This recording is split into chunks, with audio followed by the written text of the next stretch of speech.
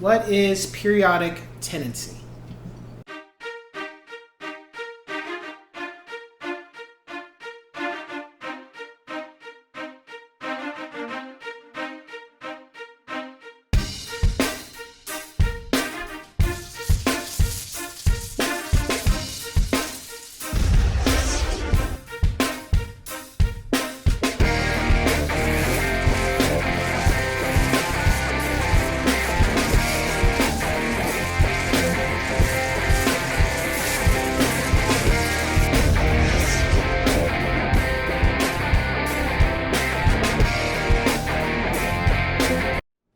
What's going on, ladies and gents in Cyberland? Coming back to you with another educational video, real estate, and this time we're talking about periodic tenancy and what exactly is it.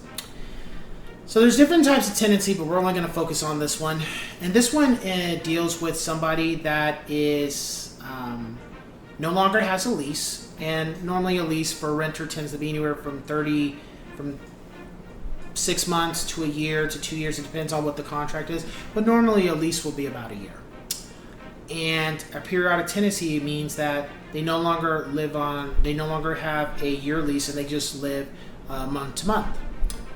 And then what that means is that within the 30 days of them renting, if they decide to quit, they give a notice to quit, and that means that after these 30 days are up, they're going to relocate to somewhere else. They're going to move and live somewhere else. And that is normal. That is totally okay. That's not illegal to do.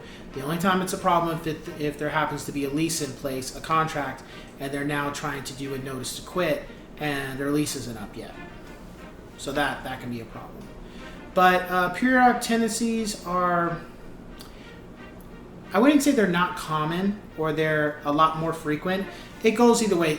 Depending on the area and the money being involved, sometimes you'll have some owners will be like, you know what, no, that's fine. You can do a periodic tenancy. You can just be here every month, until you decide to quit. You just pay month to month. Or some people will be like, no, I want somebody who's going to continue to pay on a regular basis, and I don't have to worry about finding another tenant. So let me just have a year lease and leave it at that.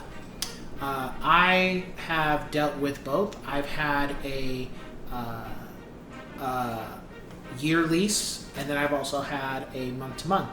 And normally, just so you know, after a year lease, if you don't have your client sign another lease form, then it automatically reverts to a periodic tenancy. So you don't have to do anything. It just means, okay, you didn't have to state it and they didn't have to state it. It's already been, technically, it is what it is that they just keep paying every single month. But now they are not in a contract to where they have to stay on the property for another year due to the lease. They just can be like, okay, we're just going to pay month to month, and if we decide to move, we'll let you know, and that's it. And, it can go either way depending on who is in charge of that. The thing, too, about a year lease is that if a year lease you break the lease, then depending on the severity, you could very well forfeit your deposit and also be held for damages. I have seen a situation where somebody, a former client, decided to break their lease because they wanted to get in their house, and they had some help with it, but they ended up having to pay a little bit of I think they lost their deposit because of it. Because of breaking their lease, among a couple other things. But they felt at that point they had to do what they had to do. Then they needed to get into this house. They didn't want to lose it. So that wasn't my bad. I stayed out of it. And then I've also seen a renter where they had a periodic tenancy, and they only wanted to be on a periodic tenancy because they already knew what they were planning to do. They were planning to move, and they were just doing that until they could find the place to move to, because they were already having problems with the renter, and it was a big mess and totally unwarranted. But that's the nature of dealing with renters and stuff. That's the business you kind of play. When you have a lease, you have a lot more control, I think, and it's more contract involved. So you don't want to deal with ramifications of them trying to walk away, and they can be held liable for some type of thing, compensate, and you can be compensated more so. Whereas a periodic tenancy, they can just, some renters will not even tell you. They'll just clean out their place and leave within the next couple weeks and not even tell you, and then you just stop by and the place is completely vacant.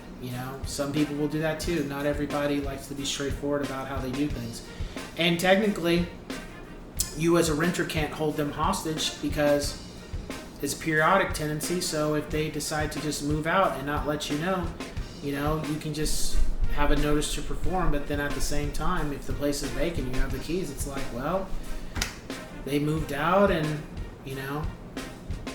but then also that can also be an issue because now that they moved out, you gotta, if you don't know where they moved to, you gotta send them now a notice to perform to ensure that they no longer are living there and all those kind of things. And if they don't send anything, you have to do a notice to evict. So leases are done; they're there for a reason a lot of times too. So with that being said, I will catch you guys on the next one. Take care.